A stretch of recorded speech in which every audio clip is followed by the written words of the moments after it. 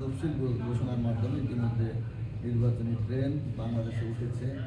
দেশবাসীর প্রত্যাশা যে অবাধ, সুষ্ঠু এবং নিরপেক্ষ নির্বাচন, এটা আমরা প্রত্যাশা করি। এবং সেই নির্বাচন প্রতিপত্তি বিষয় হল জুলাই সনদ বাস্তবায়ন এবং ন্যায়ভিত্তিক সমাজ প্রতিষ্ঠার লক্ষ্যে আন্দোলনরত 8 দলের দেশবাসীর প্রতি আহ্বান, সেটা হলো গণভোটে হাত দিয়ে ভোট দরকার। আমরা মনে করি যদি ভোট হয়, পক্ষে হয়, তাহলে নতুন বাংলাদেশ, সত্যিকার অর্থে নতুন বাংলাদেশ প্রতিষ্ঠিত হবে।